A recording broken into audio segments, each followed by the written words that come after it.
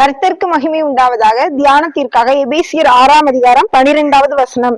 ஏனெனில் மாம்சத்தோடும் இரத்தத்தோடும் அல்ல, துரைத்தனங்களோடும் அதிகாரங்களோடும் இப்பிரபஞ்சத்தின் அந்தகார லோகாதிபதிகளோடும் வானமண்டங்களில பொல்லாத ஆவிகளின் சேனைகளோடும் நமக்கு போராட்டம் உண்டு.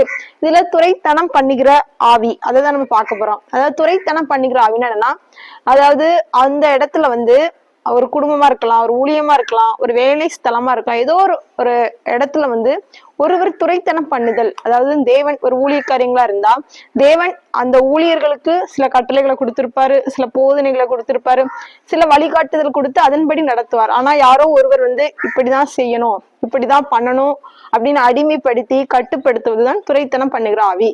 இதே போல குடும்பங்களா இருக்கலாம், குடும்பங்கள்ல கணவன் மனைவிக்குள்ள யாரோ ஒருவர் துரைத்தனம் பண்ணுதல். இப்படிப்பட்ட ஆவிகள் கர்த்தர் எச்சரிக்கிறார். ஒரு தேவனுடைய பிள்ளை நாமும் ஒரு துரைத்தனம் பண்ணுகிற ஆவிகளா இருக்கக்கூடாது. ஒருவேளை நம்ம தேவ ஆலோசனை வழங்கலாம், ஆனால் எந்த மனிதர்களையும் கட்டுப்படுத்தவோ அடிமைப்படுத்தவோ கூடாது. கர்த்தர் உங்களை ஆசீர்வதிப்பாராக. ஆமேன்.